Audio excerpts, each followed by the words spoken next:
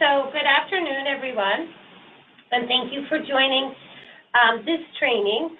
I'll just start by sharing who's here from DDSD and Therap perspective that may be participating in the question and answers or part of the presentation.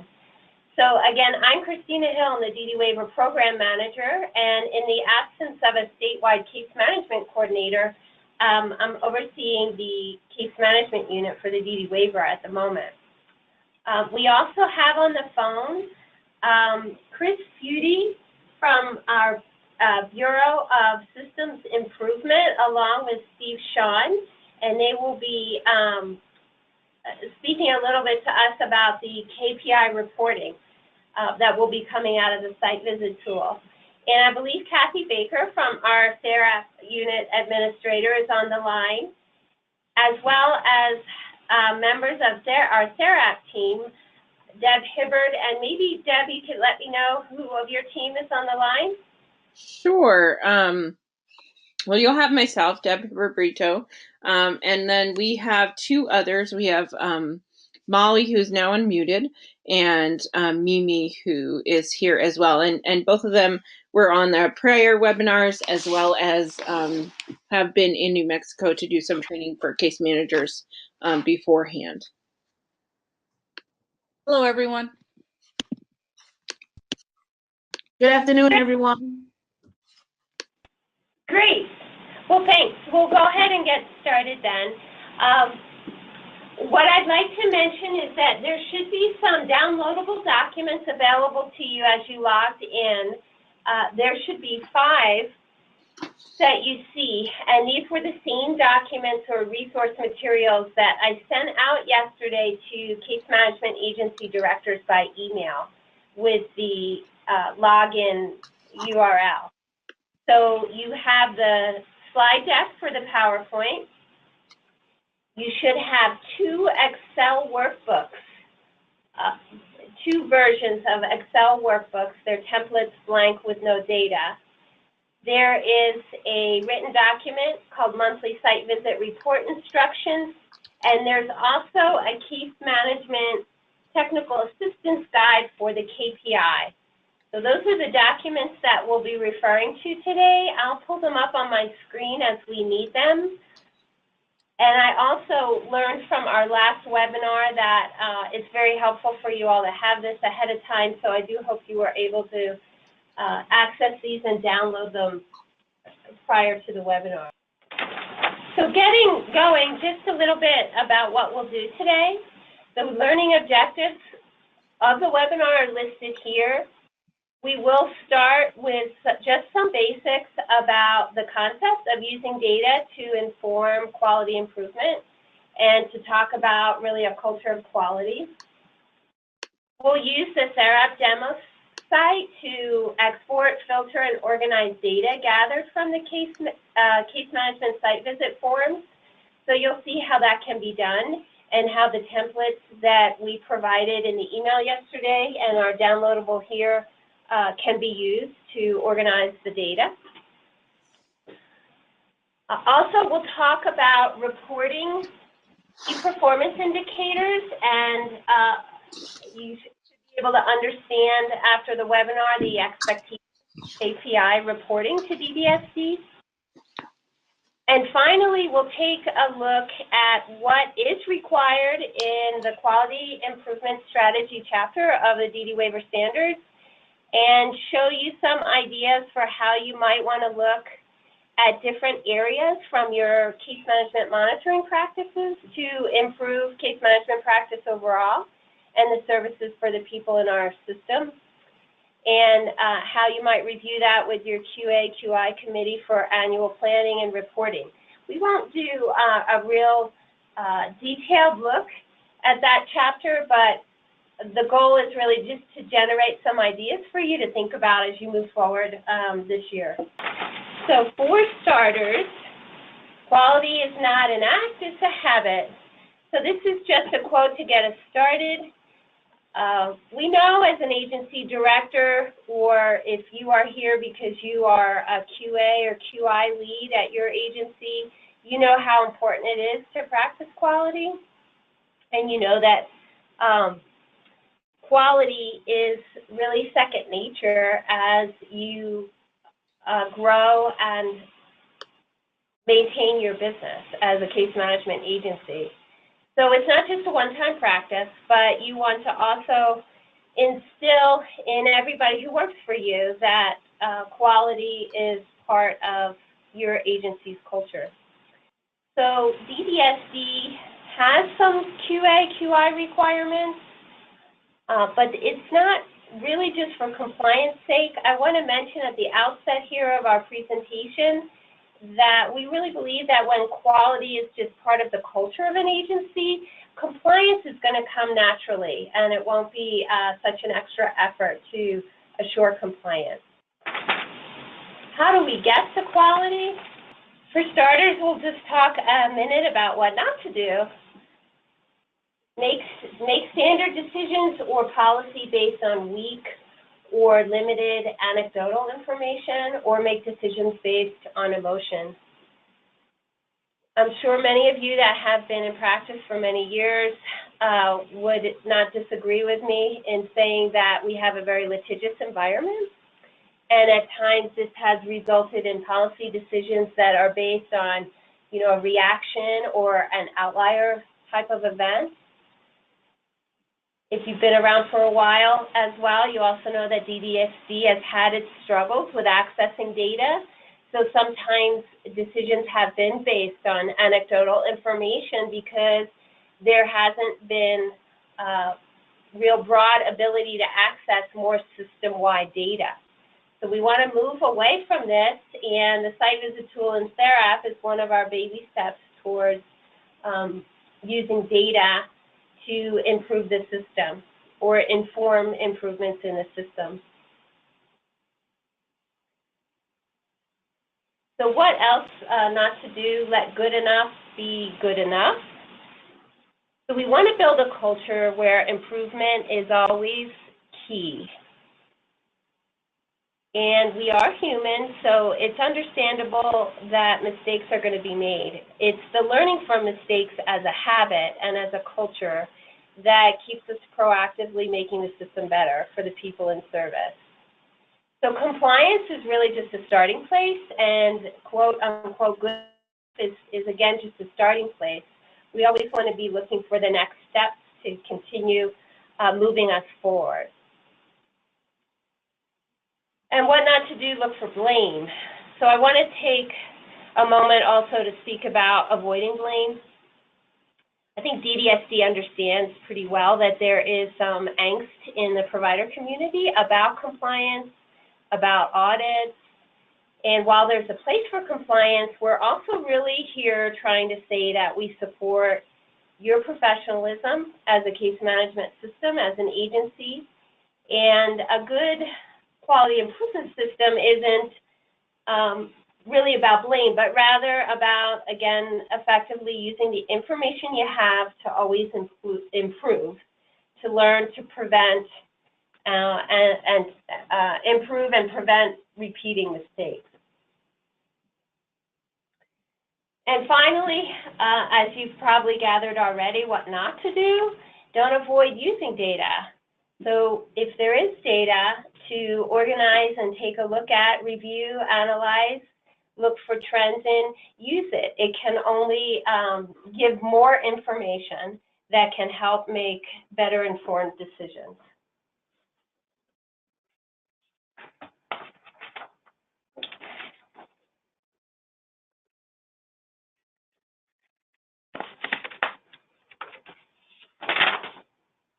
I think, there we go. Sorry, I skipped a slide there. So how else do we get to quality? This is really about what we can do. So again, the key message here for an agency is to create your agency with a culture of quality, expect a desire to always improve, and again, use the data. A key question would be, how can we really tell if there's improvement if there isn't a measure to see if we've moved from one place to the next, or even backwards? How else do we get to quality? So we have an emphasis here about learning, preventing, and really acknowledging that the reality is to err is human. So how you respond in your agency to errors will establish the culture in your agency around quality and learning from mistakes. I think it is important to emphasize that there will be mistakes. We're all human, and it is understandable. But we're always wanting to try to understand why and see if there are any systems, policies, procedures that we could put in place that might prevent errors in the future.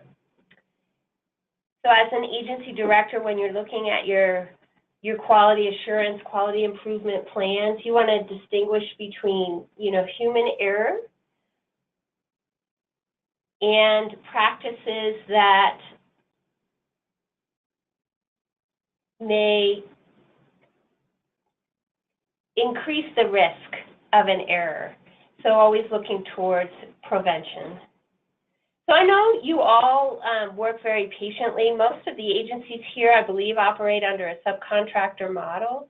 I've had conversations with some of you who speak very highly of your subcontractors, and I would as well. And you all really provide a very supportive environment to people who work for you or subcontract with you. So the great next step is to avoid blame, but create an environment in your agency where people feel comfortable learning from mistakes and can all contribute to any improvements that might help prevent those in the future. So moving forward and getting to the data aspect of things, where is the data? So the data now that we have from your monitoring practices, not every single activity that you do with monitoring, but what you record in your case management site visit forms, is now in Therap, and so it can be organized and looked at for some quality improvement activities.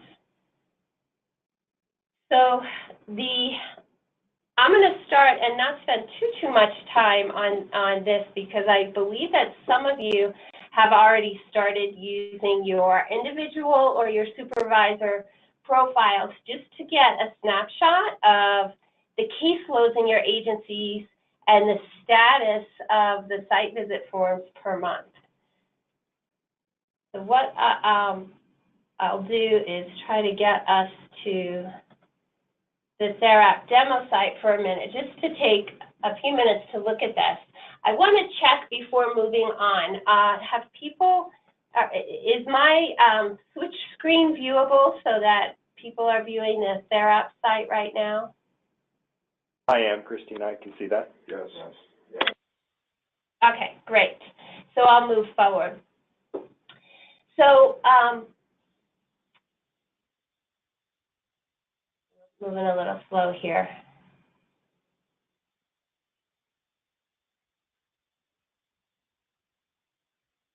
Great. So when you get into Therap through your individual profile or as an agency supervisor, your supervisory profile, and your dashboard probably looks a little different than this demo site, but I believe by now you all know how to get to the case notes section.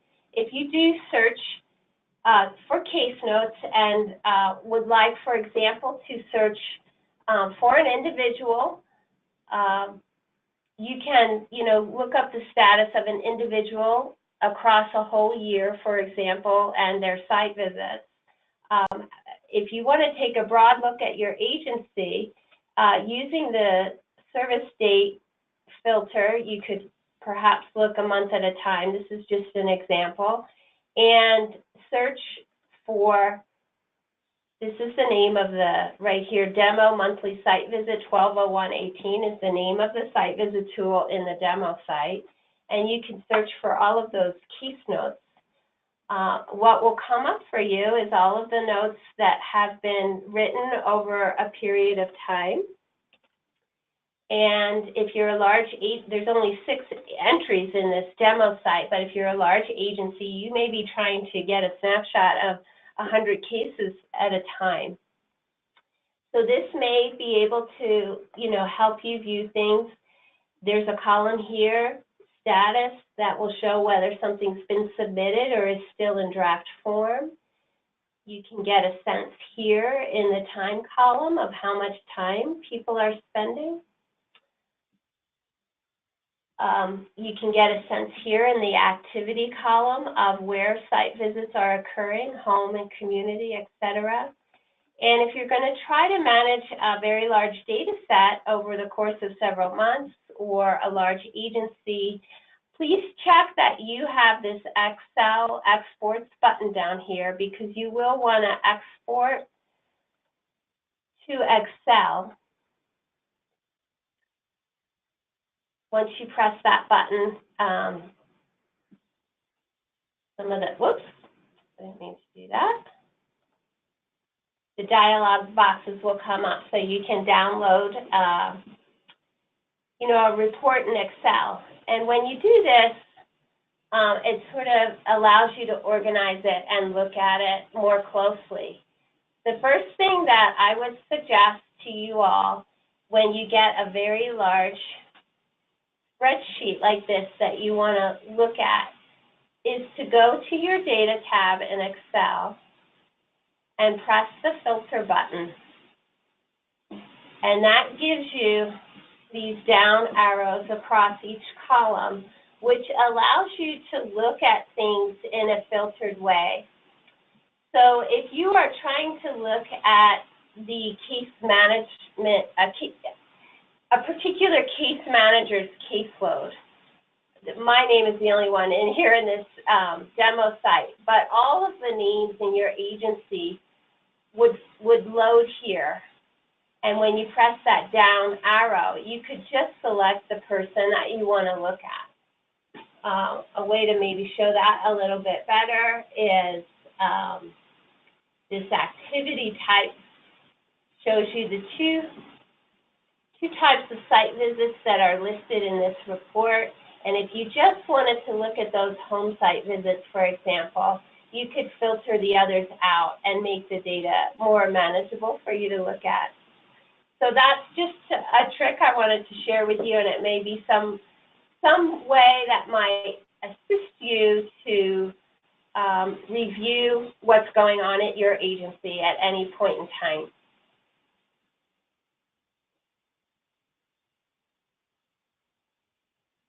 So the other thing about this is that it is accessible to all the case managers in your agency. If you care to ask people to look at their reports over a month period, they can choose to do that, or you may have that as an agency policy. It's up to you. But it's accessible to everyone. If you are a supervisor, you can download from your supervisor profile people who aren't on your caseload as well and look at those that snapshot of those site visits as well.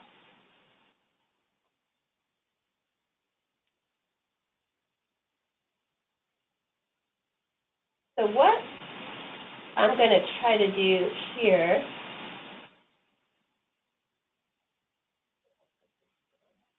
is now bring us back to our PowerPoint.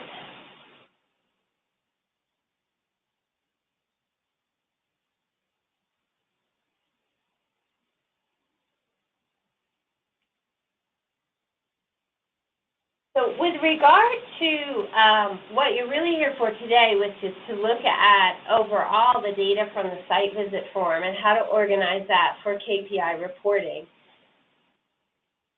The data for that is in a report produced by Therap.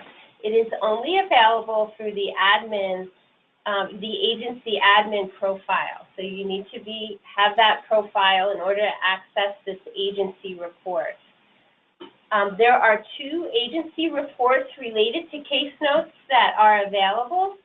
The first report, every time you go into Therap in the report library, it will, and you search, you know, each report has a little description, so that will help you to know which you would like to look at.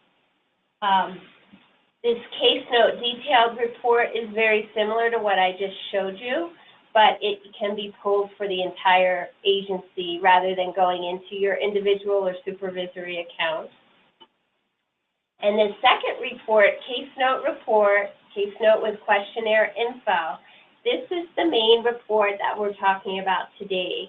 When you export this Excel report from Therap, it will give you, consolidate all of the information from your agency's site visit forms into an Excel workbook.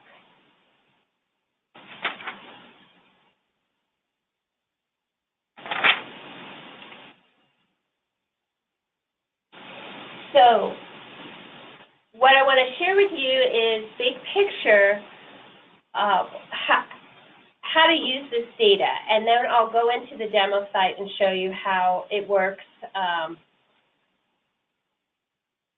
and how it looks. But the first thing is just to give you an overview of how we're going to manage and organize the data so that it's helpful to you. So when you export the report that has the questionnaire details for your agency in it, it is actually a lot of data. I received at least one call of someone who tried to do it before the training, and yes, we know it is actually an overwhelming amount of data. If you were to look at, for example, your agency has 200 site visits that were conducted in 1 month, and our site visit tool has 45 questions, and then there are a few other header fields as well. So we're really looking at thousands of data points in that report. And I just want to say, don't panic. We understand that that's too much to manage, it's overwhelming. And so we have created some Excel workbooks to serve as a template that will allow you to paste the data in that you export from Therap. And once you paste it into the Excel workbook template that we've provided, that template filters and organizes the data for you. And that's really what we're going to show you how that works today. So what you see here is a screenshot of the tabs that exist in the Excel workbook templates that we've sent out. There's 2 templates. One is for the more current version of bells and whistles, but if you are still working off of an earlier version of Excel, and I think in some cases, depending on your version with a Mac, the Excel for Mac, you might need the earlier version of the template as well. So we have those 2 options for you.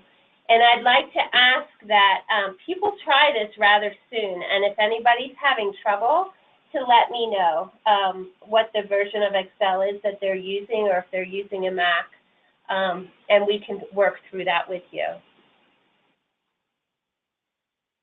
So this picture for each of the Excel workbooks, it is a picture of the bottom tabs, or there are worksheets within each of the Excel workbooks, and each worksheet is designated by a tab. So you'll see that we have a report for KPI number 1. There's a table and a worksheet that organizes that data. So KPI number 1, I believe, is the ISP KPI. We'll see it when we get into it. But there's 3 KPIs, and there's a worksheet for KPI number 2, number 3, and then there's a filtered, organized report that summarizes all the actions needed from the site visit forms over the period of time that you've exported the data. And then there's this catch-all worksheet that probably I'll leave more explanation for when we see it, so it makes sense. The tab that is called Data Source is where you paste the data in that you export from Therap. It's a copy and paste, very simple. And on the final tab in each of the versions, there's an instructions worksheet, which gives some tips and tricks for printing, for highlighting a large data set, you know, for filtering or various things, and we'll show you those as we go along.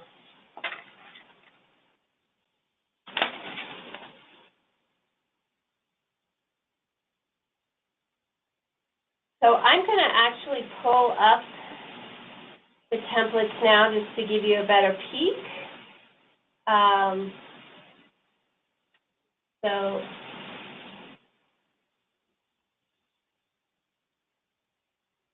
hopefully this is a good view. I can make this a little bigger, or how's that? So this is the workbook, and it's blank. There's no data pasted in it right now. To go from worksheet to worksheet, you click on the tabs at the bottom. This is the data source tab. There's an empty table in here, so there's no data in it yet. And you have some instructions here on this last tab. And each of the other worksheets is a template of a table that organizes your data. So this is the, it's named version 1, 2013 to 2016. So this is for the more current versions of Excel.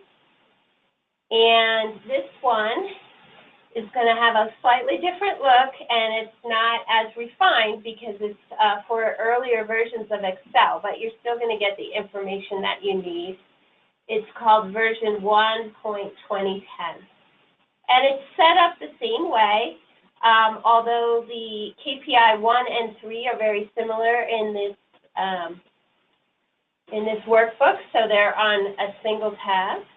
You have KPI 2. You have an actions report. Maybe I should make this a little bigger so that people see it better. And all questions filter, the data source, which of course is empty now, and an instruction sheet, which is modified slightly for this earlier version of Excel.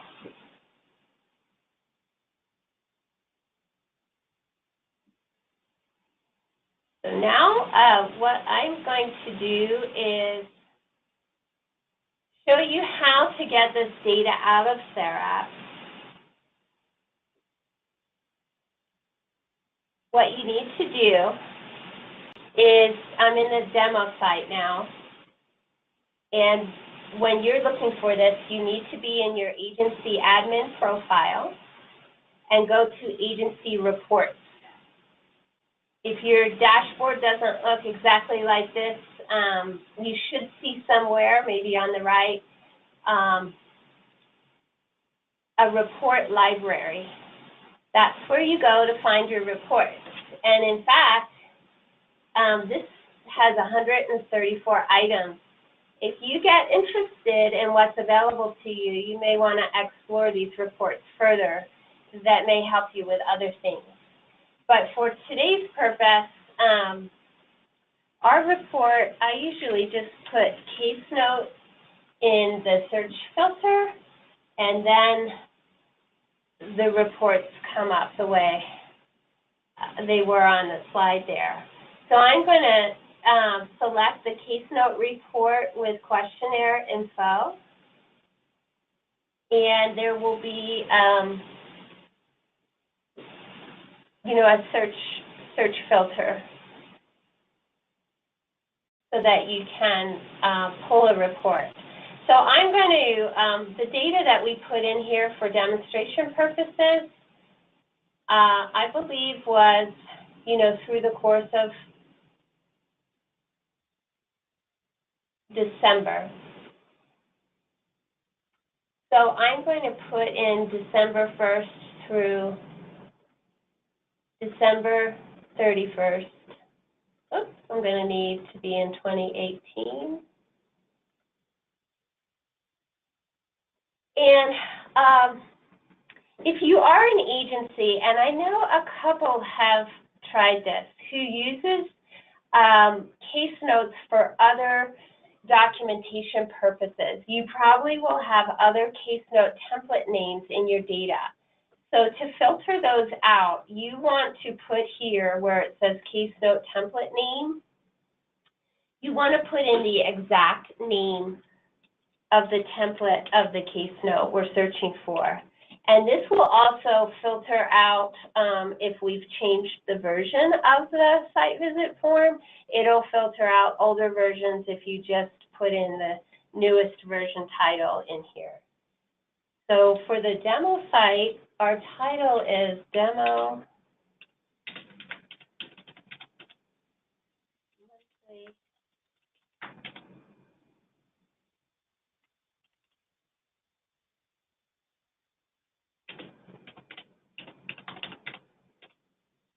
and that should do it.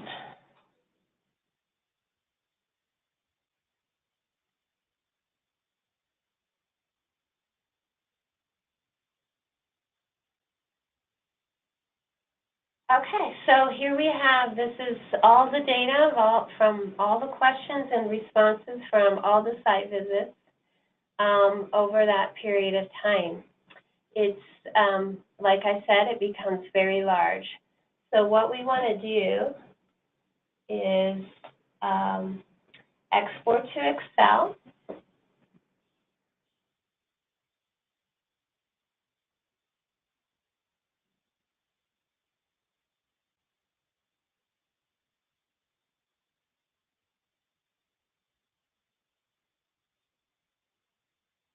So, and here we have it in usable form.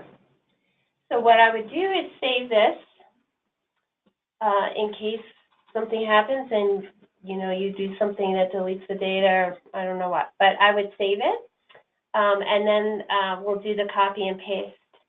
The other thing about this worksheet, just to call your attention to it, is the very first worksheet in the workbook. It's called Report Result 1, has all the data. The second worksheet has the search criteria that you use to pull the report. So it's a nice way to keep a record of the dates that this report applies to. Now, this only has 5 site visits in it, I believe, 5 or 6, and we are looking at several hundred lines of data, and that's only for a few site visits. You see how we have, yeah, it goes down to over 200 lines of data. So what I want to tell you about is a quick trick for your copying large data sets. And this trick is also actually in your instructions sheet on the workbook template that we've issued in case you forget it. But what you want to do is start in the first line of data and press Control-Shift and the right arrow, and it takes you to the first blank column. So it just kind of helps you get all the way over to the end of the data easily and to the bottom of the data easily. So that way I captured a really large group of information with a few clicks. I'm going to press Control-C to copy, or you go up here and you copy. And then what I want to do is paste it into my template. So I'm in the 2013-16 template. I'm going to go to the Data Source tab. It's an empty table, and I'll just start in the first cell of that table and paste my data, and there it is. So it's all there. The table expands for it. When you go now to these worksheets, you should have filtered organized data. But there's one step first. I want to show you. You're not going to see anything unless you do something very important. And this is in your instructions as well. You need to go to the Data tab, and you are going to want to refresh all. This button basically is saying, refresh my tables with the new data that I just pasted in here. So when you press refresh all, your table should update. And you see I'm spinning here, so it's going to, and we're spinning over here, so it's going to take a little bit of time, but we'll get there.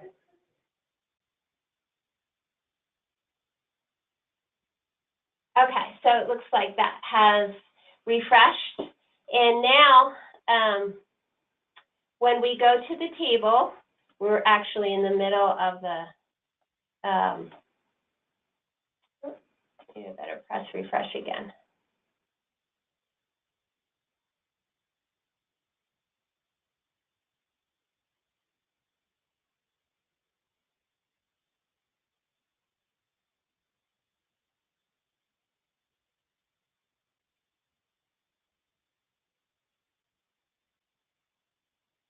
Uh-oh, this didn't happen when we tested it. So,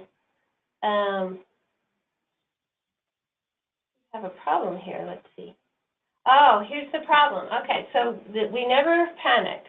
What I did, which was a major error, was when I pasted my data, I wasn't all the way over in the first column, and so that's what happened. So I'm gonna delete this data and just try it again. I apologize for that. I didn't see that I was in the wrong space there.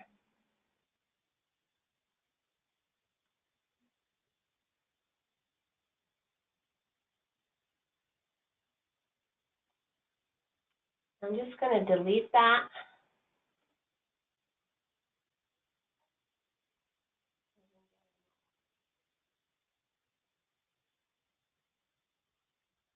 Let me do this so I don't fumble up here.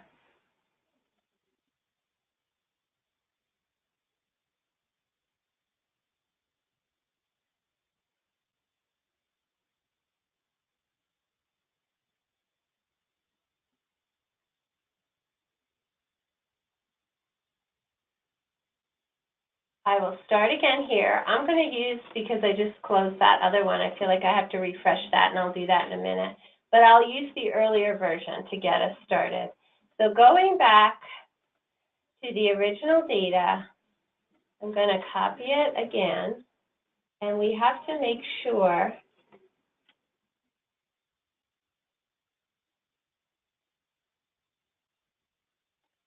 that we start at the beginning of the data.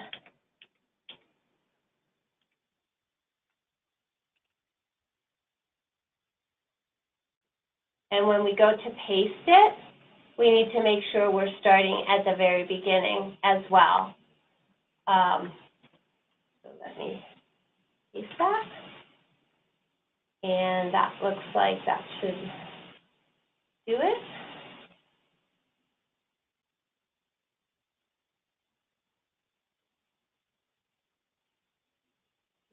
Examining it a little bit, and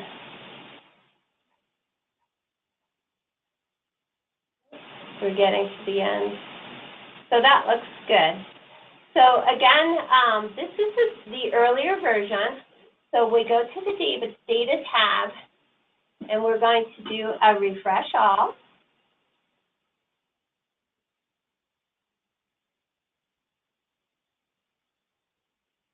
And it does fill our tables. So this is going to look a little different than the other version, but it should be pretty easy to switch from version to version. You may just choose one over the other based on your preference. In this worksheet, you have question number 34 for ISP implementation. This is KPI number 1. So what you need to do is go here in this filter and choose question number 34. And so then you have a nice little table that gives you the ISP implementation KPI that you need. So we had 5 site visits. 3 of those had yes for implementation. 1 had unable to determine, and 1 had partial. So that gives you the data that you need for that month. KPI number 3, which is the one about CCS and non-disability specific settings, operates in a similar way. And so what we would do now is just filter this to get to question number 28. It's written in your instructions. And then we have the data we need for KPI number 2. So we had 5 site visits. 2 of them do not have CCS, and 3 of them had a yes answer to CCS and non-disability specific settings. If there were a no answer, it would show up in the 3rd column, but we didn't have any no answers in this data set. So I am going to just kind of quickly check over here. I've been talking quite a while, and I'm wondering if any questions came in. I'm just going to pause a moment.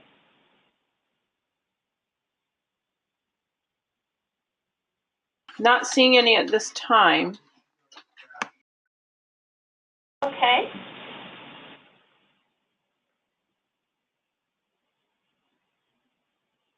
So KPI number 2, I'll just show you, same thing.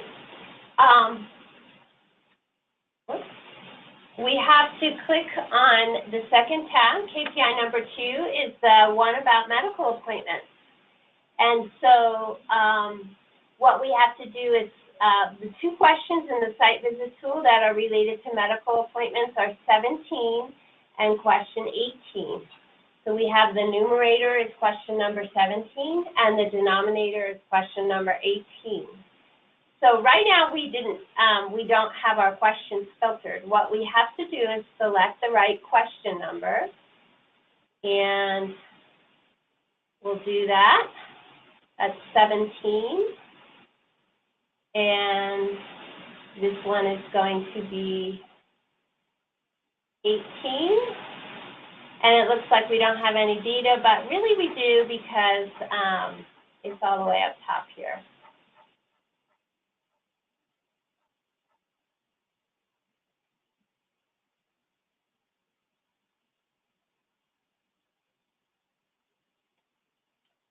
So sometimes, you know, if you had a large bunch of data in your chart and you've filtered it out to a smaller amount, it'll look like all your data disappeared, but you have to just make sure you go up and find the data in the earlier rows. So there it is. One thing I'll mention is that the calculations won't work until January. I think many of you know that the little blip in our site visit tool in Therap when we loaded the first version in December, those 2 questions didn't require a number answer. And so until we corrected that for the January 1st, we won't actually have a total that is a number. So you don't have to worry about the December KPI number 2, but starting in January, you're going to want to be looking at what those numbers are. So I think what I'll do is at this point, take us back to our PowerPoint, and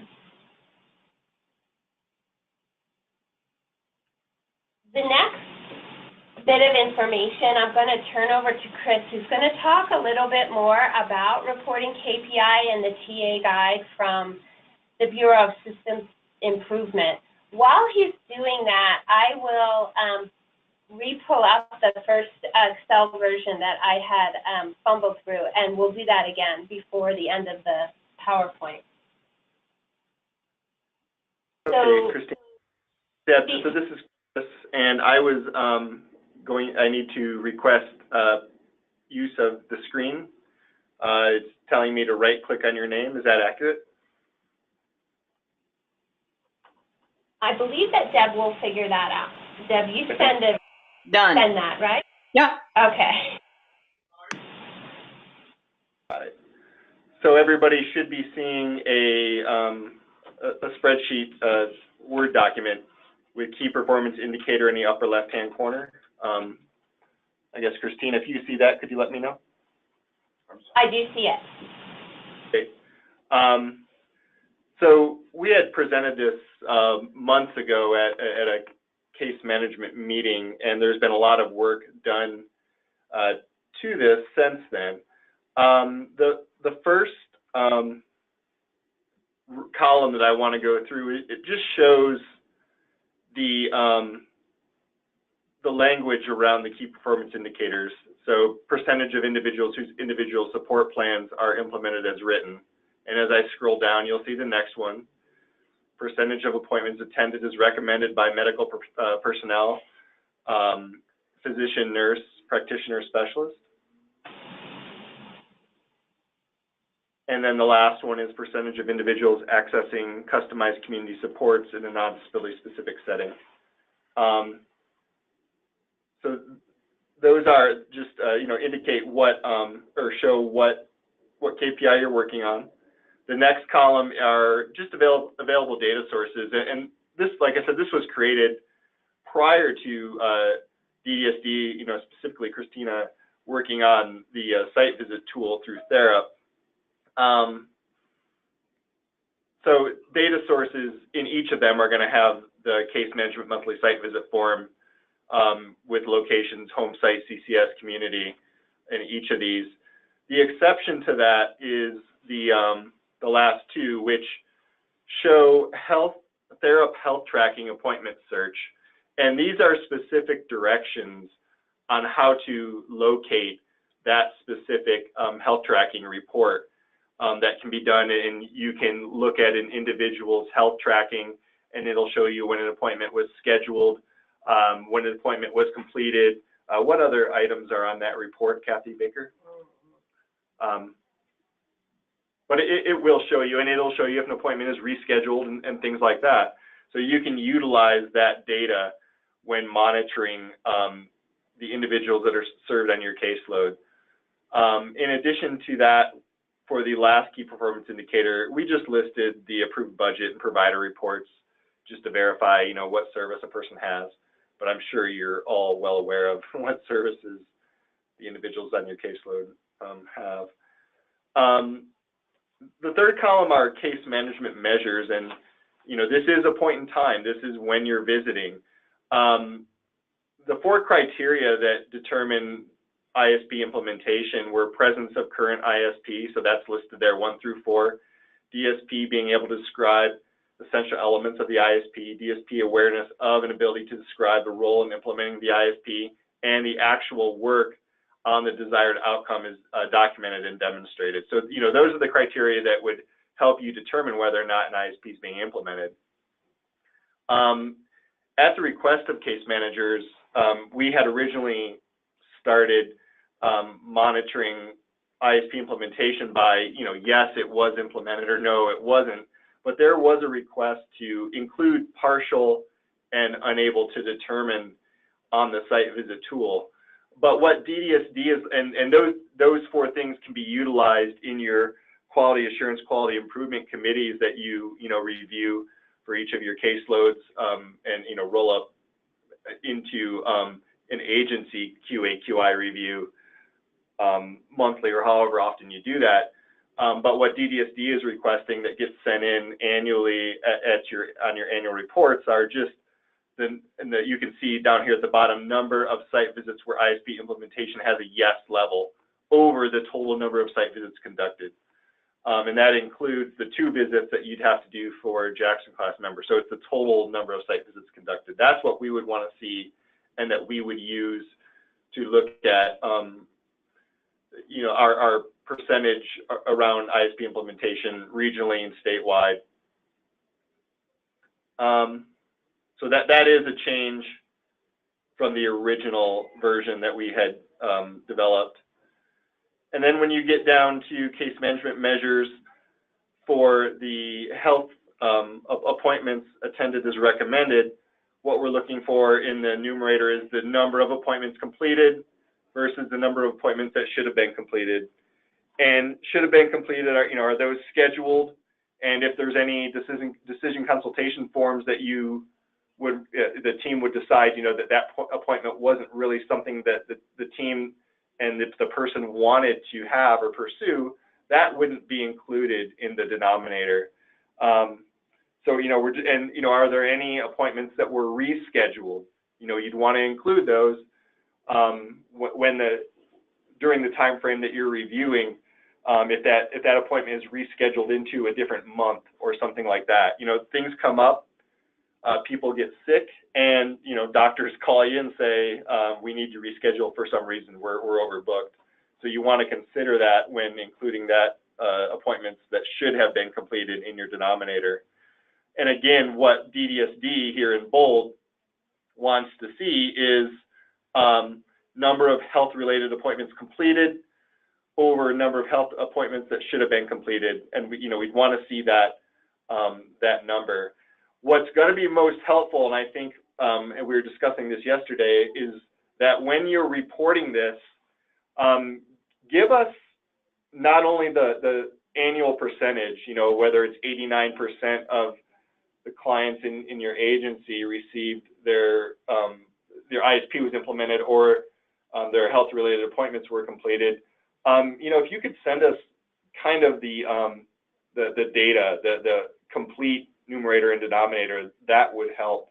Steve, we were talking about that yesterday. I'm talking to Steve Shan, in that we could roll that data up into a statewide numerator and denominator. Yeah, for comparison. For comparisons, yeah. And then the last measure is the CCS in a non-disability specific setting. Again, this is yes and no, number of site visits resulting in a yes, number of site visits resulting in a no. But then we also have a calculation here for number of site visits resulting in does not receive CCS, and that's for you to determine, you know, whether or not that would go into that numerator or denominator, because at the bottom here, when that pops up there, reporting measure to DDSD, what we want to receive in those annual reports are number of visits resulting in a yes over the number of visits resulting in a yes and the number of visits resulting in a no. So that would be your total denominator. So that is the third column. The last column in examples here just kind of show kind of what we would be expecting to see, and these are very small numbers. Obviously, by the sounds of it, we're talking possibly in the thousands of rows of data for a month.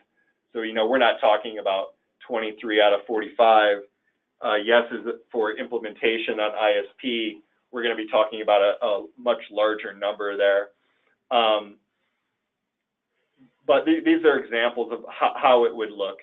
And like I said, you can use the partial implementation and unable to determine in your own data, but when it comes to reporting to DDSD, we're going to want to see those yeses. And then this is just an example of a,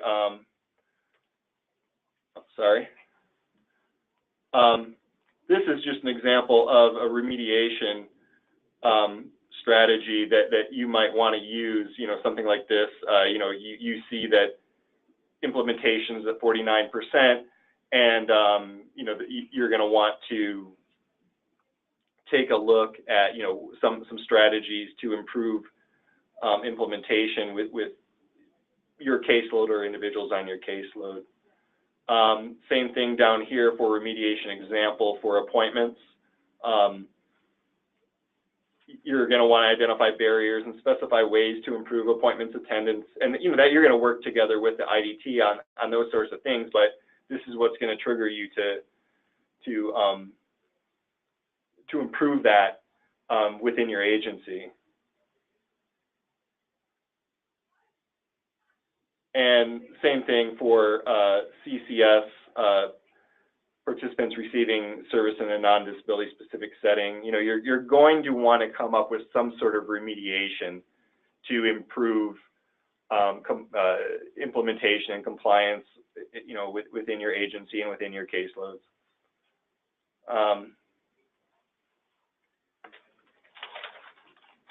So that's just sort of a description of the TA form that we have. You know, we've received several calls about questions related to this, mostly from provider agencies. Provider agencies have a similar TA form. Obviously, they're not using the Therap TA tool. They're working directly with the data that they have at the agency and tracking that. And nurses have called around the health appointment tracking key performance indicator. But we are available to answer questions throughout the year, and as you're working on these, as Christina said, we're human, and these are new measures, so we're not expecting perfection, but we're just looking for data to improve the system, and DDSD receiving this data is going to help as well. I know that throughout the years we have received annual reports, but we have a system. These reports are coming to Tammy Barth here at DDSD, and then Tammy Barth is distributing those reports to the regional offices, and the regional office will have a person identified to review the annual reports, and we're going to be able to input that data into our own tool for us to monitor on a regional and statewide level.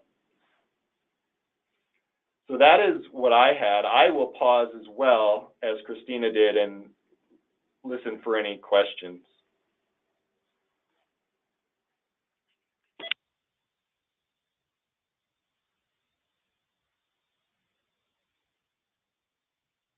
Chris, there is one question from Scott here. Should this rescheduled appointments be included in the denominator?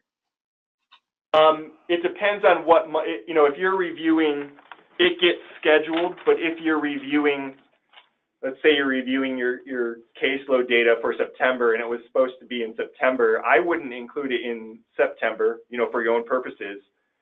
But let's say it gets moved till December, I would include it there for your QA/QI purposes. But in your annual report that you would send in, it's going to take place within that year, so it would be included in that annual roll-up, if that makes sense. Steve, do you have any? Is that clear to you? Yeah, I think so. I think if it's rescheduled, it shouldn't be included in the top or the bottom, as long as until it occurs. Until it occurs. And that's the same. Let's say you're getting ready to send that annual report in, and a person is supposed to have an appointment in January, on January 28th, and let's say that that appointment gets bounced until March. You're not going to want to include that in that that annual report, in that denominator, because in a way it's penalizing you. It's making, or the team, the whoever, it's making it seem like there was an appointment that was scheduled that didn't occur, but in actuality it is going to occur, but it's not going to occur within the year, the time frame that you're looking at. So that's something that, and I know that probably is going to happen. If I may interject as well, the question as it reads in the site visit tool really states that you're looking at the calendar month prior to the site visit, and whatever you can determine at that point in time is really how you should answer. If something hadn't happened but it got rescheduled later, that's going to show up maybe in the next month, but it might not show up at that particular site visit. So you will have a percentage at the end of each month that says how many appointments were completed over how many should have been completed. And each month will have its own snapshot of what's going on. That is automatically calculated through the templates that we've given you. We have this next question. When are providers going to be required to put medical appointment information in Therap? So that requirement went out on December 28th with the standards edits. And I'd like to just put a plug out to everyone, because I've gotten a few questions from case managers, not really directors, but some of your case managers are not aware that there were edits to the standards and have asked some questions about it. There's a numbered memo on the DD Waiver website that outlines in a summary form with page numbers all of the edits to the standards that were issued for implementation January 1. And the requirement to enter appointments in Therap and even other tracking measures in Therap according to certain timelines are now in the standards. But we are giving provider agencies a grace period to comply because they have to change their practices somewhat for those agencies that weren't entering things timely. So go to chapter, I believe it's chapter 20, to see the details of those requirements, and hopefully things will get easier as providers comply with this new requirement.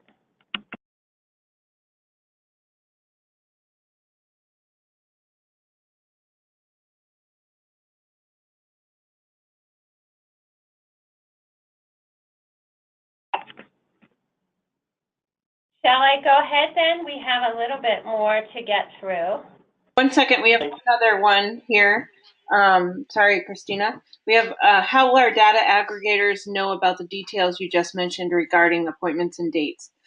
Should we train our case managers to enter rescheduled appointments as missed or not? Well, rescheduled appointments should not be entered as missed. They should be entered as completed when they occur. But as far as, I would utilize the TA form. And, like I said, if there are questions, please feel free to contact me. I have had several provider agencies and case management agencies contact us, but, this is the forum to provide this information.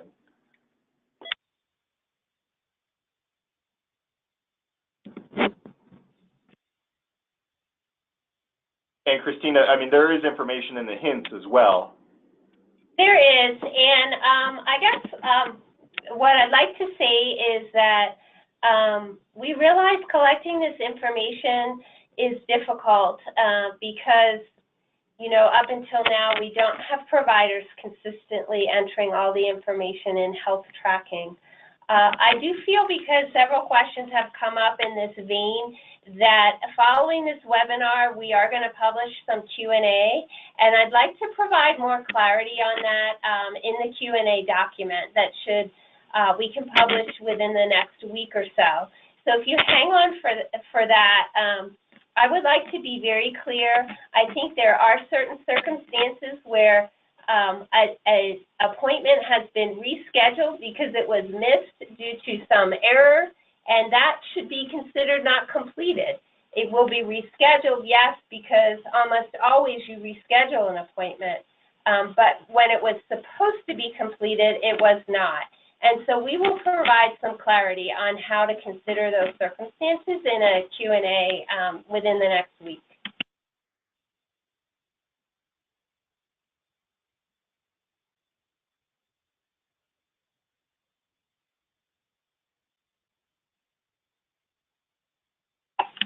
So I think I'll go ahead then at this point and keep us moving, and we will have more time at the end as well.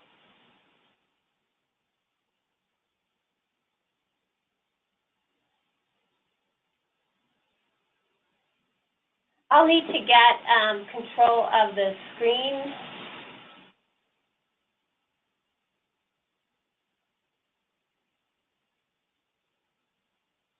Okay, great. So am I live here online? Yes, you are, Christina. Great. Thanks. So thanks, Chris, for that, and I think you'll find that document helpful. When he went over the column, I guess it was column 3 that had all the measures with numerators and denominators on them, I just want to highlight once again that your Excel workbooks that you have now, you're automatically going to have those numbers calculated for you. So it's a matter of just tracking exactly and viewing exactly what's needed. The numbers will be there for you based on your site visit tool. That being said, you do want to look at what's coming out, and of course, you know, the expression goes garbage in, garbage out. So you do want to periodically review the best ways to document various things using that site visit form. And that's why I actually appreciate these questions about scheduling and the appointments, because we will give some stronger guidelines about how to answer those questions. So before moving forward in our slideshow, I want to come back to the Excel workbook that I had pasted into the wrong cells to begin with. I just closed that workbook and reopened it and have it blank again, a blank slate again. So I guess the lesson is, don't worry. You may do something that messes up your template, and if you have a saved version of it, just you know, scrap your data paste and go get your saved version and try it again. Or call DDSD and get a clean version again. But I guess the best practice guideline would be, you know, always save a clean copy of something so that you can go back to it. And if you do mess up something, it's perfectly fine. We have plenty of more resources to provide to you. So again, what I did when I pasted the data from Therap in this form previously is I started at column G2 and I pasted my data there. And that was because I wasn't paying attention. I guess I was nervous doing a power presentation, and I didn't get myself over to the very first column and the very first row. So that is where you paste your data. And if you don't paste it there, all your worksheets that follow are going to have kind of screwy data or calculations in it. So starting over again, I'm going to go back to my Therap export, which is this here. The first tab is Report Result 1, and I'll get myself back up to the beginning of the document. And I'm going to highlight all the data starting in the second row using Control-Shift-Right arrow, which will take me quickly to the end and down. And that gives me, I'm going to do a copy and then go right over to my template in cell A2. I will paste my data. So I should have all my, let me get this off the screen. So I should have a complete table here. And again, the biggest thing to do, if you first go to one of these tables, it will be blank until you go to the Data tab and do a refresh. So I'm going to click this Refresh All button, and you see it's spinning, so it should be refreshing.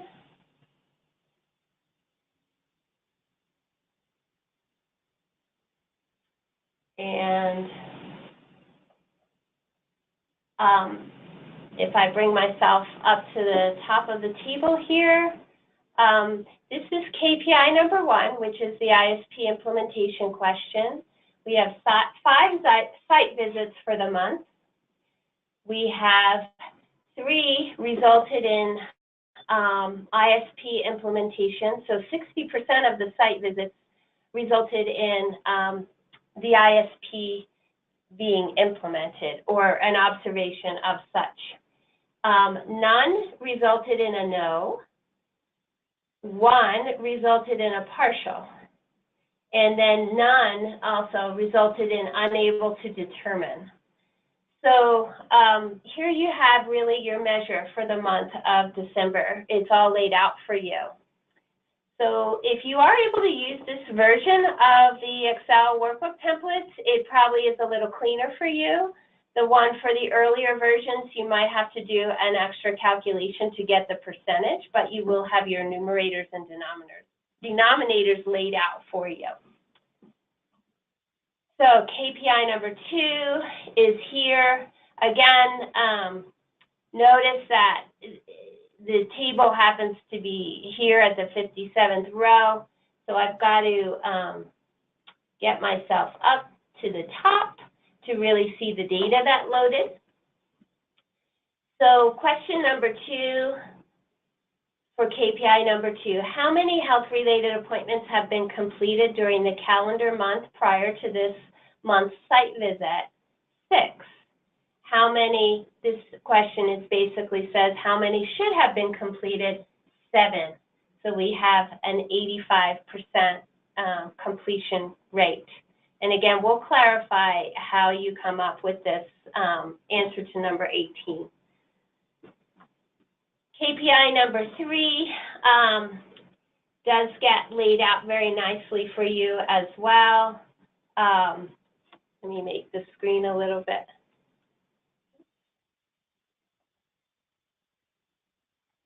smaller so that you can see the whole table.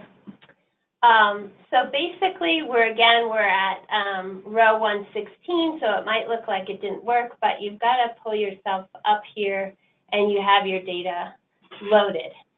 So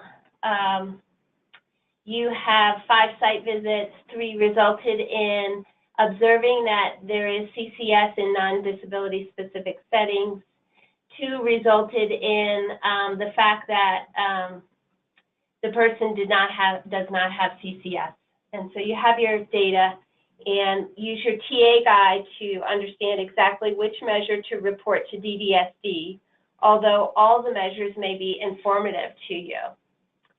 And so what I'd like to also just say, as you do some of your QA, QI review, your committee reviews, you can filter this data in a way that might be helpful to you. You can look at the data by person if you want to use these filter options. You can look by case manager. Now, again, for the demo site, I'm the only case manager sample here, but if you had 10 case managers and you wanted to look at all your case managers that serve people in maybe the Southeast region or something, however you wanted to look at it, you might be able to find some trends in that way. So that may be helpful to you. And the other thing on this template that you could use is this calendar up here. So what you have is a way to look at the data by date. Now, if you pull the data over the course of several months, it may come out, you know, that you have 3 months at a time. Now, I don't have any of the January and February data in here, so it doesn't change things.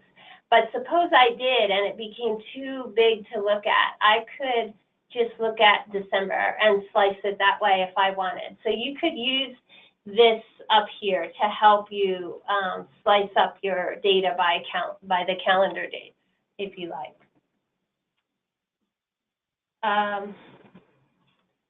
Okay, so I hope you feel assured that this template works, even though I flubbed it up to begin with. So it should work for you. Let me take us back now to our slideshow. We have a few more slides, and I want to show you the other worksheets on the template, and then we'll stop again for questions. So here we are at DD Waiver Service Standards. So we have Chapter 22, our last chapter in the DD Waiver Service Standards, which does speak about a quality improvement strategy being part of all agencies' practice. And so the key elements, which really aren't new, but we've kind of framed it in a different way, and we're actually trying to take a closer look at quality improvement in our system overall these days. So the key elements to a quality improvement strategy that agencies need to focus on are to develop an overall annual quality improvement plan for the year. And then you update it year after year. So again, going back to the very beginning of our presentation, quality improvement is not just a one-time event. So it should become a habit and part of the culture of the agency. So then you use data, and case managers now have a site visit data that's pretty rich and robust, and use it to inform decisions. Now, not every decision and not every response to an individual and services should be informed exactly by, you know, this data and numbers. There's other things to consider, but we're really just trying to emphasize how this might be one factor in how you look at the quality of the work and the service system for people in the DD waiver in your agency. So also another element of the quality improvement strategy would include implementing a committee at your agency, and every agency can do that differently. You may have, if you're a small agency, the committee may really be everybody in your agency. If you're a larger agency, you may have membership that includes certain supervisory personnel or even community members if you have some HIPAA practices in place or confidentiality practices in place to protect people's confidential information. And finally, you do prepare an annual report each year that addresses QA/QI. Part of that report is what Chris showed you, where there are going to be 3 measures that you report to DDSD related to KPI. Case management measures are unique to the site visit tool. They're a little different than the rest of the system because you have this tool pulling the data for you. And it's based on a point in time and site visits versus the population of people throughout the system. And the report should also address other measures that you may be looking at for improvement in your agency, and that would all be dependent on the agency and what they want to look at, what your agency developed as part of their plan in the beginning of the year. And some narrative or explanation about what you found and where you want to go and what you've tried and just the ongoing process of quality improvement. On that note, you may, if you've been around a while, you may have be familiar with the Plan, Do, Study, Act model. You know, basically this is a model of quality improvement that is essentially what it says. You plan, you use data to plan, you review data to kind of think about what you want to do. You do something and test it for improvement, study it, see how it works. You need to use data to do that. And then you act on changes in policy or procedure and basically start all over again. If you want to, I'm not going to really go through you know, a lot about quality improvement models or continuous quality improvement philosophy. But if you wanted to learn more about, you know, Plan, Do, Study, Act, it is something that we've had or sort of put forward from the division over the years.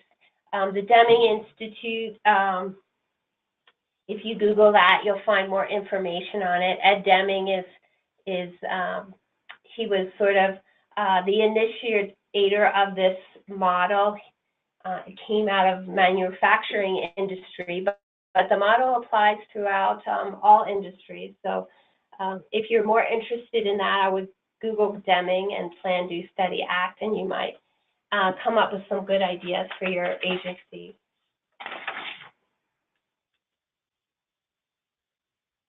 Now, I want to get back now to the other types of things that the site visit data might be able to help you with. Now, the only thing that DDSD is requiring that you absolutely must look at and collect is the KPI. But you as an agency are going to maybe delve into some other areas. It doesn't always have to be about the site visit, but I just want to share with you what you have available that you might want to think about. So from the site visit data, as you know, the questions are all divided into 11 categories. So in fact, you have information across your agency on these areas: rights, individual satisfaction, environment, equipment, health, behavior, service delivery, individual service plan, A&E, and actions. And so what I'll do is just kind of show you how you might be able to look at those things a little more closely if you like. That's what these other tabs are for in your template. So we have the 3 KPI and then the actions tab. So what fills here for you is for every site visit and service date, you have a table that indicates the 2 questions on the site visit tool that list the actions needed after that site visit are 43 and 44. And so what you have here is all that information loaded. So you could create a checklist for yourself or for people in your agency by just pasting the data in there at the end of the month if you like. Or as a supervisor, you might want to kind of look at what's going on if people have things to do, if they're following up, etc. And you can filter this data by the case manager.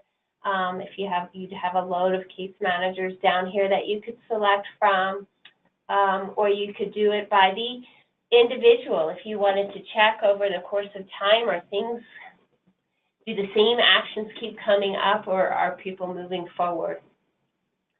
So it's really up to you how you look at that, but it's just a tool available for you. And then the final tab here that might be helpful to you is a table that is created so that you can look at any question more closely. So what you have, let me just make maybe this a little bit smaller. What you have here is all of the questions loaded for each person in your agency. You know, this is going to happen to you once in a while. This is just a trick. If your data keeps going on and on, you really just want to click this button, wrap text, and it will make it a little easier for you to read there. If you wanted to, this has all the questions loaded for each person. So if you wanted to look at all your site visits in this way, instead of clicking in Therap, you could do it like this. If you wanted to look at what was going on, let's say, one thing I like to look at is individual satisfaction. So if you wanted, you could select the question that you want to look at closely for each person in your agency. So this question says, provide detail of any positive observations or additional concerns, essential information which provides evidence for your responses, etc. So there's a list of all kinds of things for the whole agency related to individual satisfaction. You might want to, I think the question that gives a rating of whether people are satisfied is 8, I believe. And so let me get that back.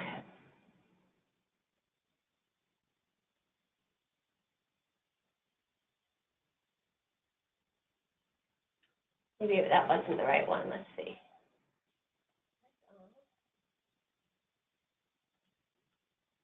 The question,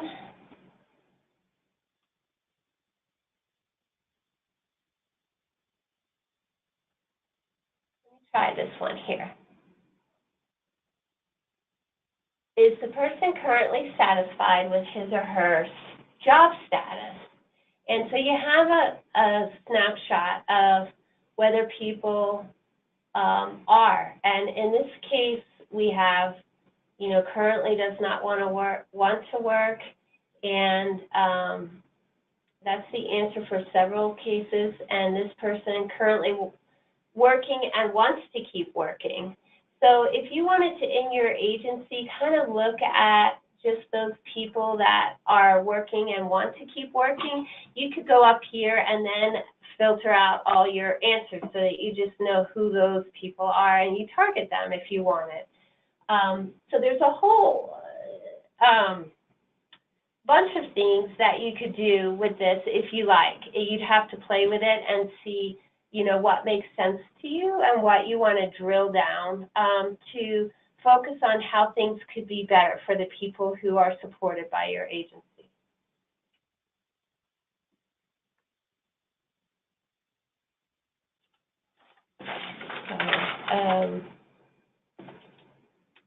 I have one more slide, and then I'll just stop for questions and see what else you guys have to talk about. So to end the presentation, basically I wanted to say, to wrap up, that developing, a culture of quality is a process. Chris said that, I mentioned that earlier, and it's actually, it's more than just intending to have quality at your agency. It's hard work, and it takes deliberate action and setting the expectations in your agency and using data once in a while. So DDSD is making attempts to support the culture of quality, offering a first go at it with a report template. And we would expect that there be comments, questions, changes as we go forward. We're doing our own plan, do, study, act with this process. And so we expect some tweaks. So please talk to us about what works and what doesn't, what seems helpful and what doesn't. And on that note, I'll point out the last bullet here on this slide. We need a balance, because too much data can be just as bad as not enough data.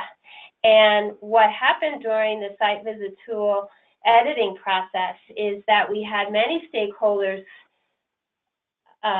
providing input to the questionnaire with different competing interests in terms of what the priority needed to be and what needed to be documented.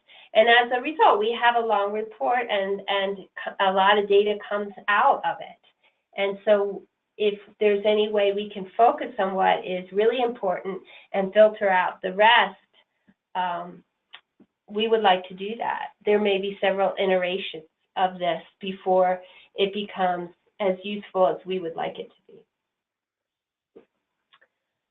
So that is the end of the presentation. There is a slide here that has some resources on it. And after hanging up today, I will send out a SurveyMonkey link so that you can provide your presentation evaluation through a SurveyMonkey tool. We always like to hear from you about how things go. And I'll stop here we still are scheduled for more time. And so any questions that you have, we can take now. And I actually might encourage you,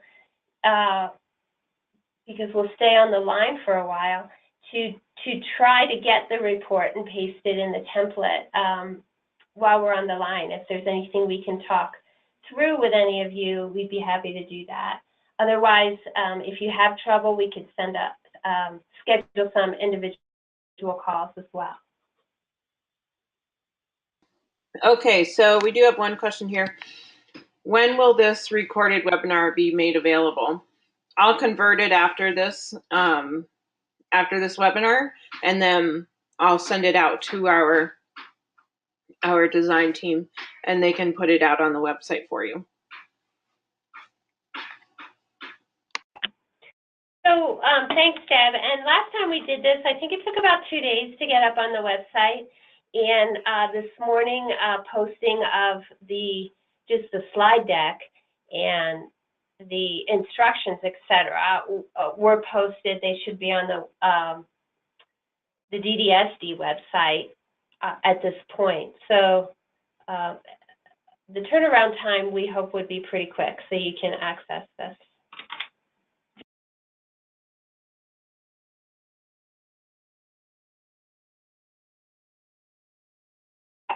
You know, that reminds me, I didn't refer too much to this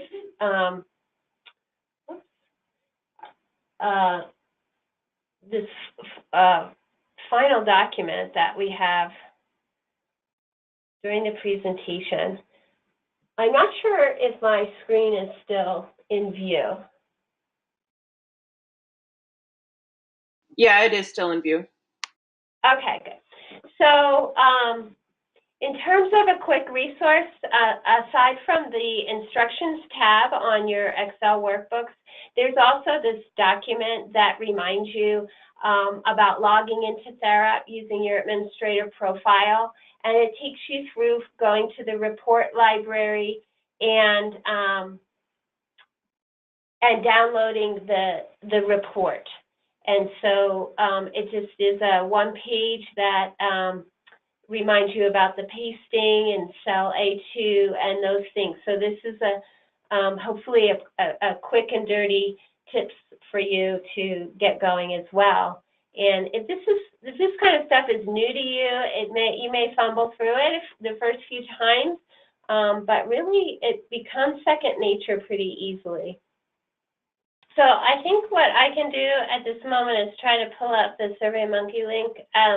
I need to turn my screen back over, though, to do that because I have some other things on my desktop that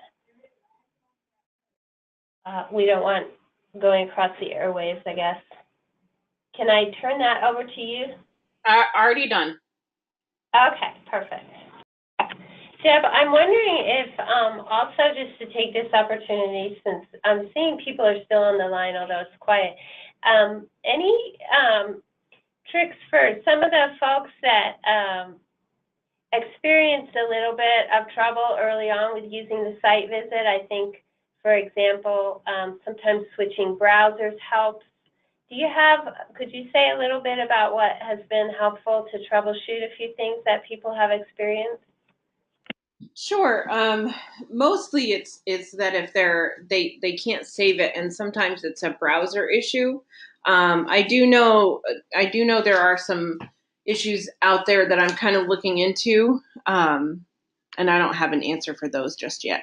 But the other thing is when you have a problem, and please let your case managers know when you have a problem, please contact Live Help right then while you're logged into Therap, because it gives us some good real-time information about not only what's happening, but which account it is.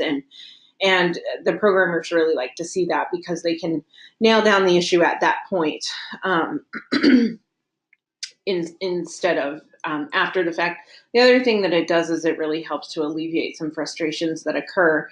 And sometimes it's a pretty quick fix. So, those are my tips for you. And Live Help is, if you're logged in, is always at the bottom of your page. A couple of questions here. Christina, one is, I'm assuming there's not too many more questions. Can I log off now? Yes, please do. Thank you for joining us. And if there is a question that you missed, we are going to publish the Q&A. So appreciate you joining us, and look out for a SurveyMonkey link coming through the email. Okay, and then another one. We have one person that has tried to run it, and Scott, I apologize. I hid that question before I meant to. Can you type that in again? He sees all the headers, but what to do next. He ran his report for December.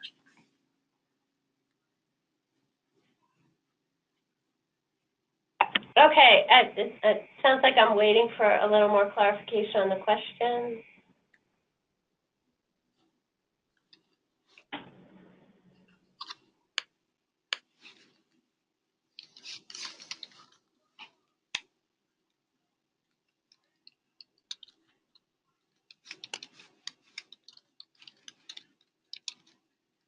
And if you like, Deb, you could turn the screen back over to me and I could go through it again.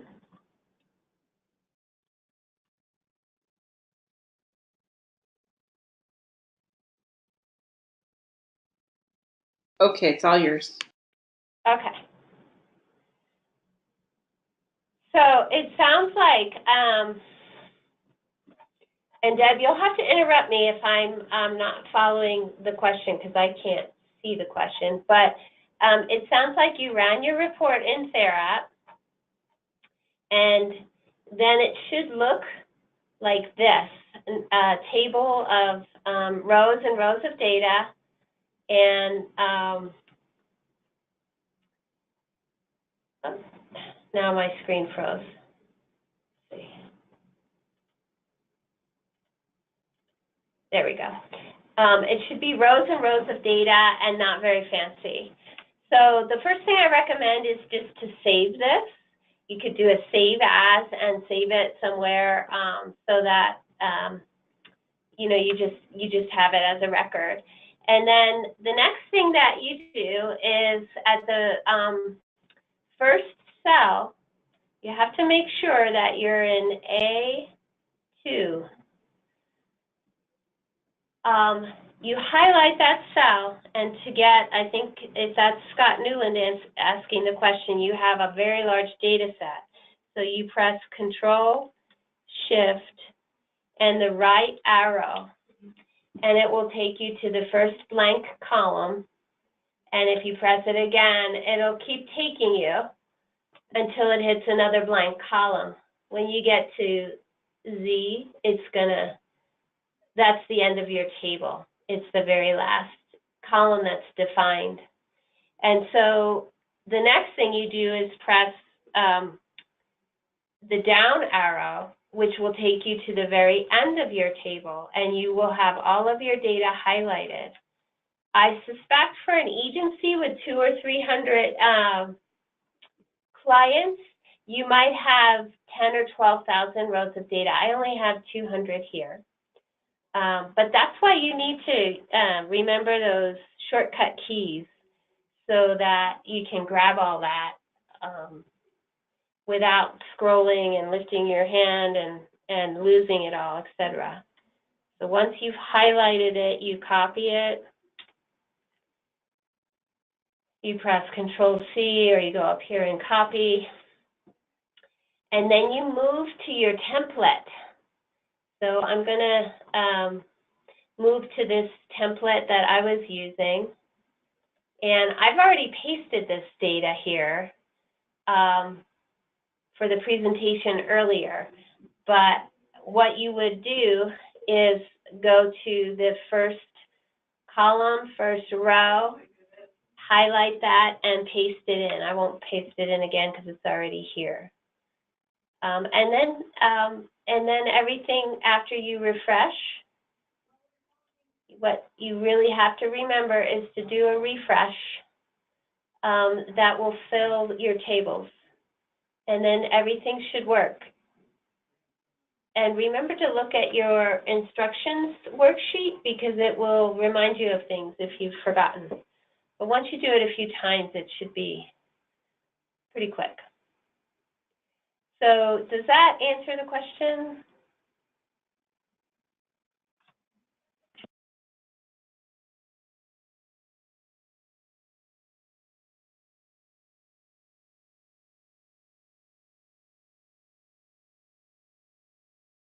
Okay. Can you go through that again? He ran a report for December, but under the categories, no data appears.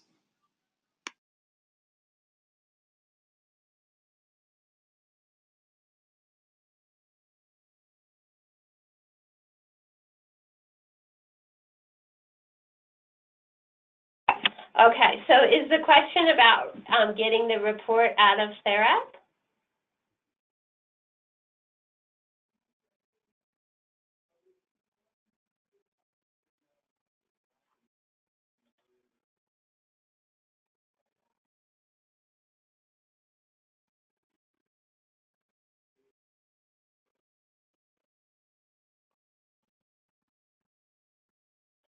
Let me get back into Therap. I think probably things are moving slow for me right now, but probably what may have happened, Scott, is that if you don't put the exact title of the case note template in your search filter, the Therap report is going to show no data. You need to make sure that you get the exact title. So what I'll point, well, that's not what I want to do. What I'll point out to you is that on this document, this is a reminder because my internet's moving slow right now, but when you go into the report search filter, you put your dates, and in this field here, case note template name, you really need to put the exact name of the template.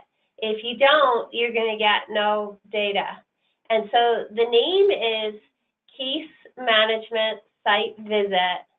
And if you're running December, it's 12/01/18.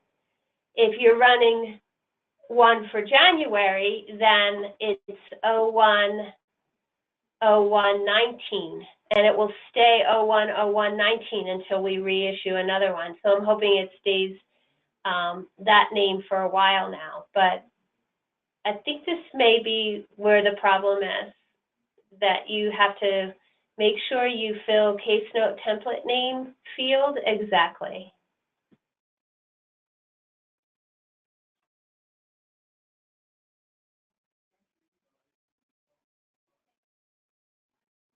Deb, would you say anything else about that? No, I think you had it right there.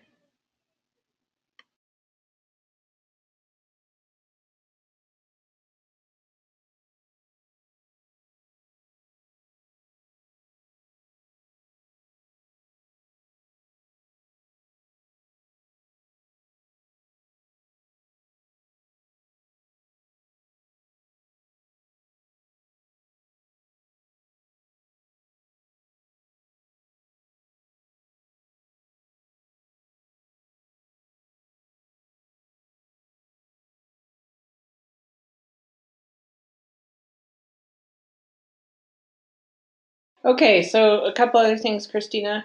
When I run the data, everything is working, but I don't see a percentage total of the results.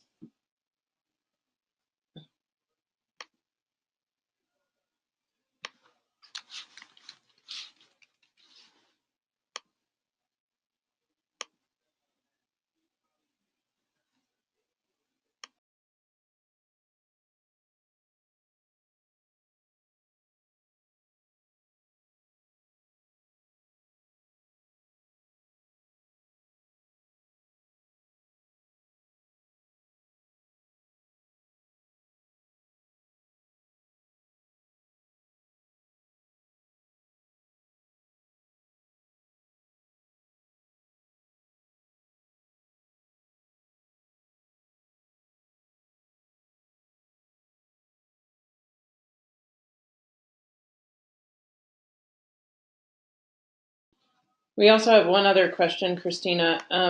Using the 2010 version, how do you get the totals for the medical appointments? It shows the number entered on the visit form, but the total column is blank. And by the way, Scott's question was answered with the, you have to put the exact title in there, so. Okay, good. So so that's one of the things that is a limitation of the earlier version. Wait, let me see, here we are. You're talking about here. So we have the answers loaded, but the total is 0. And this will calculate correctly once you start putting the January data in there, because we fixed the error in the January issue of the case note form, of the site visit form. We were able to convert the answers to numbers using the more current version of Excel, but it was more complicated here, and so you're not going to see numbers for December when you use this earlier version.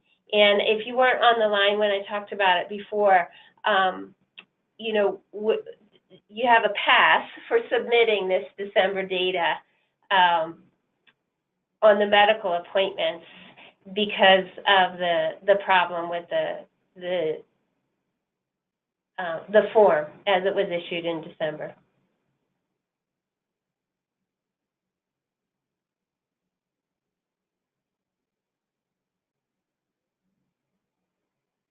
What you'll probably see in your own data is that, you know, a lot of case managers were answering this question with a lot of text.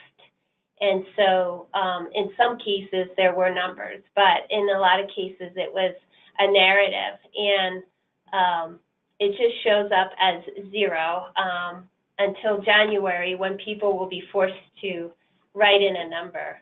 What I'll also point out is that there's a little workaround in this newer version, if you use the newer version of the template, but you'll see that there are blanks, and that's the workaround. We were able to convert some things to numbers, but if you have a case manager that only wrote text, you're going to have blanks. So the numbers that show up, even on the more updated version of Excel, are not going to be as complete as you'd like them to be. So just be patient, and January should look a little better for you.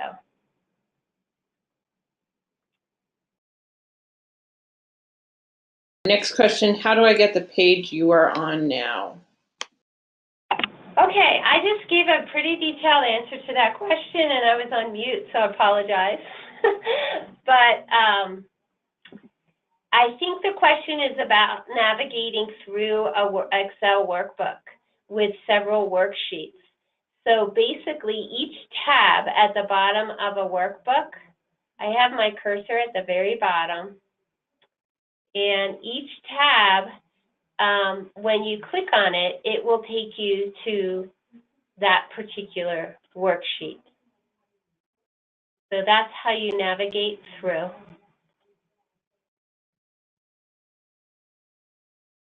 And I'm in the instructions tab right now, and it reminds me that, you know, there is some printing instructions. I don't know that you'll want to print very large reports very often, but if you do, there's some guidance here about setting your print area. It's pretty nicely set up so that it should print pretty well for you. In general, here's the instructions tab. It's already, the margins are kind of set already to work well. Here's the KPI report. And if you press print, you'll get a print preview, and it has a footer on it and your pages, etc. So it's pretty well set up. If you find that you have a bunch of blank pages, it probably means that you had a larger data set in here earlier, and you have to just reset your print area, which is just a matter of highlighting. The print area is in the page layout tab, and you just set your print area so that you don't get all those extra pages.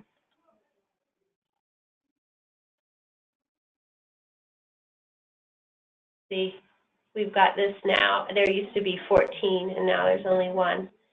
So that's what happens to the template if the size of your data changes from month to month.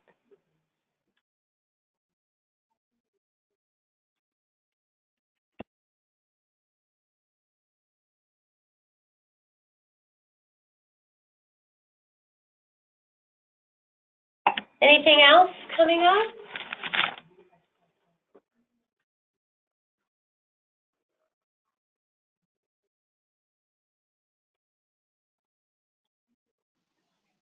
I don't see any other questions coming through yet.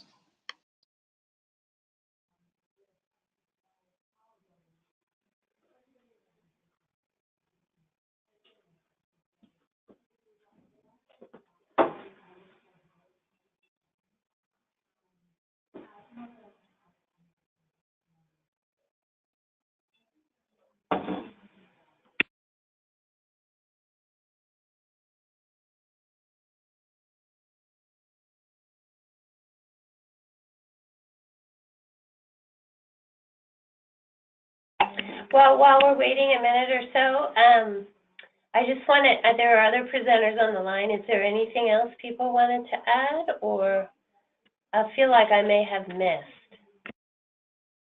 We don't have anything here, Christina. Thank you. Thanks, Chris.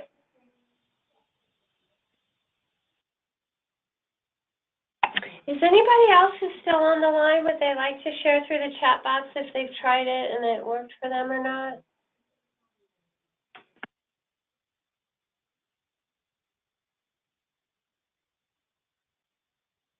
Thanks to Scott for trying that right away.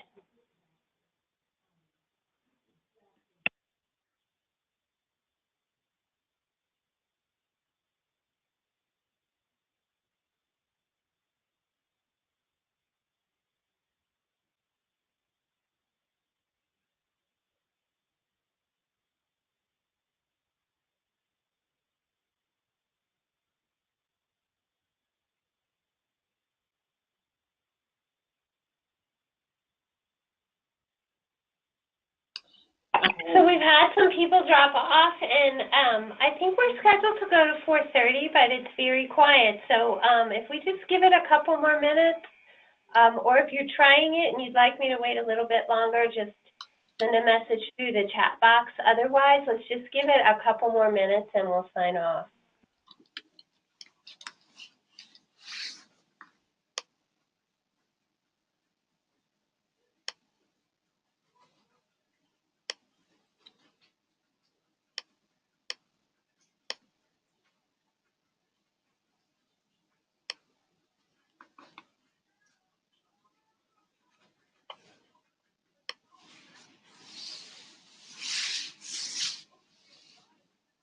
So we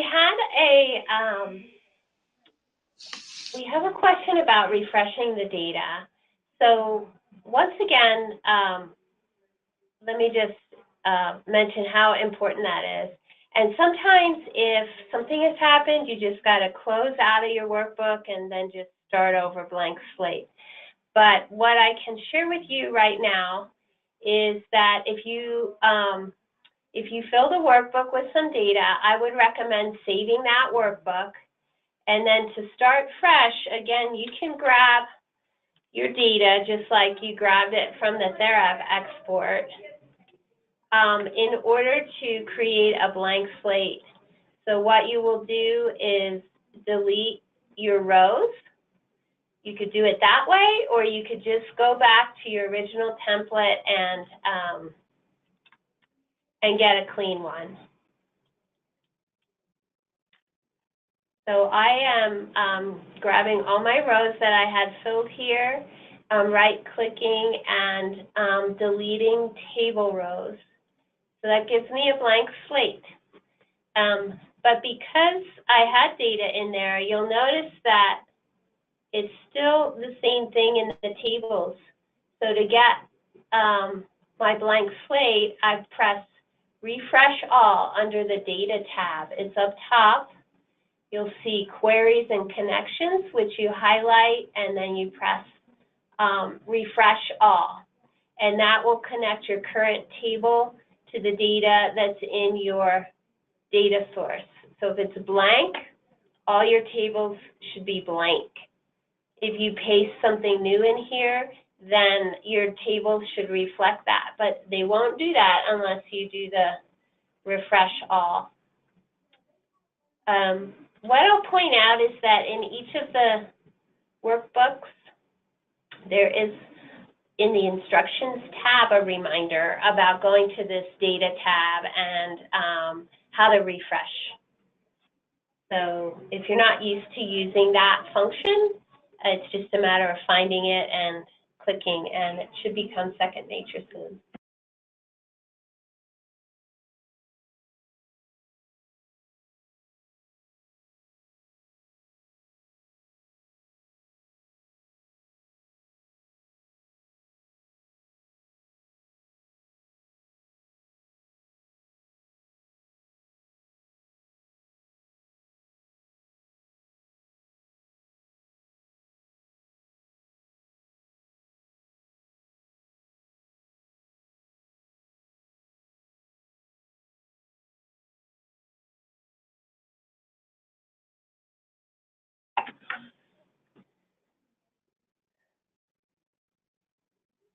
So I'm wondering if what I just said about refreshing was heard, because I'm going on and off between mute, and I may have been on mute for a moment.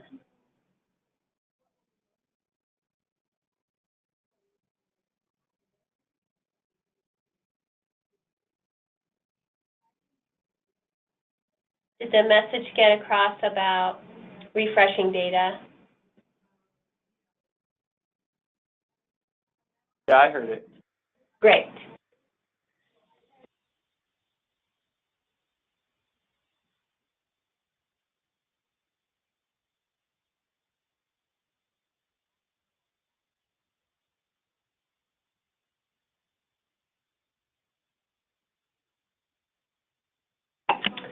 So we really don't want this to be painful, although I would like to recognize that this is new and is probably different for many people who aren't used to using Excel as much as other types of Word or Office applications. So we're here to support you. We don't want this to be painful. We can call and we can help you out. And also, you know, these days, basically any question you have about something that's kind of feels broken in an application, or you can't find something, you know, just Googling, you know, how do you find the data tab in Excel to remind you where it is if you can't see it, is a way to maybe get a quick answer when something doesn't work for you. So I'm welcoming anyone to give me a call, or if you'd like to set up an individual like Skype meeting so we could see what you're doing as you get started. Please feel free to do so. And thank you for joining the webinar.